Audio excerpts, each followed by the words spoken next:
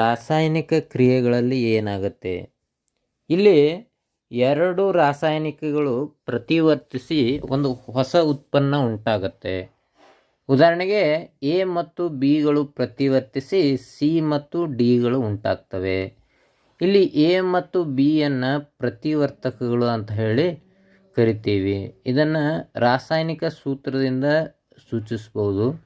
A ಮತ್ತು B ಎರಡು ಪ್ರತಿವರ್ತಿಸಿ C ಮತ್ತು ಡಿಗಳು ಉಂಟಾಗ್ತದೆ. ಇದನ್ನು ಬಾಣದ ಗುರುತಿನಿಂದ ಸೂಚಿಸಲಾಗ್ತದೆ.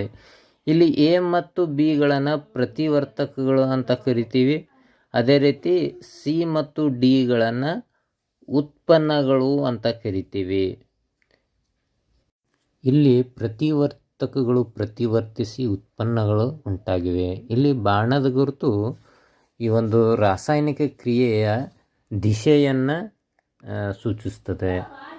ಇಲ್ಲಿ ಎ ಮತ್ತು ಬಿ ನಡುವೆ ಬಾಣದ ಗುರುತಿನ ಮೇಲೆ ನಾವು ಉಷ್ಣ ಅಂತ ಬರೆದಾಗ ಈ ಒಂದು ರಾಸಾಯನಿಕ ಕ್ರಿಯೆ ಉಷ್ಣದಿಂದ ಉಂಟಾಗಿದೆ ಅಂತ ಅರ್ಥ ಆಗುತ್ತೆ. ಉದಾಹರಣೆಗೆ hydrogen reacts with oxygen to give water. ಇಲ್ಲಿ ಹೈಡ್ರೋಜನ್ ಆಮ್ಲಜನಕದ ಜೊತೆಗೆ ಪ್ರತಿವರ್ತಿಸಿ ನೀರುಂಟಾಗಿದೆ. ಇಲ್ಲಿ ಬಾಣದ ಗುರುತಿನ ಮೇಲೆ ನಾವು ಹೀಟ್ ಅಂತ ಬರ್ತೀವಿ. ಈಗ ಇದರ ಅರ್ಥ ಏನಂದರೆ ಈ ಒಂದು ರಾಸಾಯನಿಕ ಕ್ರಿಯೆ ಒಂದು ಉಷ್ಣವನ್ನು ನೀಡೋದ್ರಿಂದ ಉಂಟಾಗಿದೆ ಅಂತ ಅರ್ಥ. ಇಲ್ಲಿ ನಾವು ಹೈಡ್ರೋಜನ್ ಮತ್ತು ಆಮ್ಲಜನಕ ಮತ್ತು ನೀರನ್ನು ಅವುಗಳ ಸಂಕೇತದಿಂದ ಗುರುತಿಸ್ಬೋದು.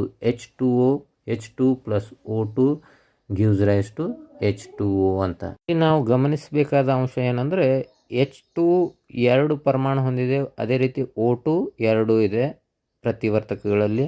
ಆದರೆ ಉತ್ಪನ್ನಗಳಲ್ಲಿ ನಾವು ನೋಡಿದಾಗ ಕೇವಲ H2O ಇದೆ. ಇಲ್ಲಿ ಒಂದು ಮಾತ್ರ ಆಮ್ಲಜನಕದ ಪರಮಾಣು ಇದೆ. ನಾವು ಪ್ರತಿವರ್ತಕಗಳಲ್ಲಿ ಎರಡು ಆಮ್ಲಜನಕ ಪರಮಾಣುವನ್ನು ಹೊಂದಿದ್ದೇವೆ. ಇದು ಸರಿಯಾಗಿದೆಯೇ? ಇದರ ಬಗ್ಗೆ ಮುಂದಿನ ತರಗತಿಯಲ್ಲಿ ಇನ್ನೂ ಹೆಚ್ಚಿಗೆ ತಿಳಿದುಕೊಳ್ಳೋಣ. ಯಾವ ರೀತಿ ಕೆಮಿಕಲ್ ರಿಯಾಕ್ಷನ್ಸನ್ನು, ರಾಸಾಯನಿಕ ಸಮೀಕರಣಗಳನ್ನು ದೂಗಿಸಬಹುದು ಅನ್ನೋದು ನಾವು ವಿವರವಾಗಿ ಅರ್ಥ ಮಾಡ್ಕೊಳ್ಳೋಣ.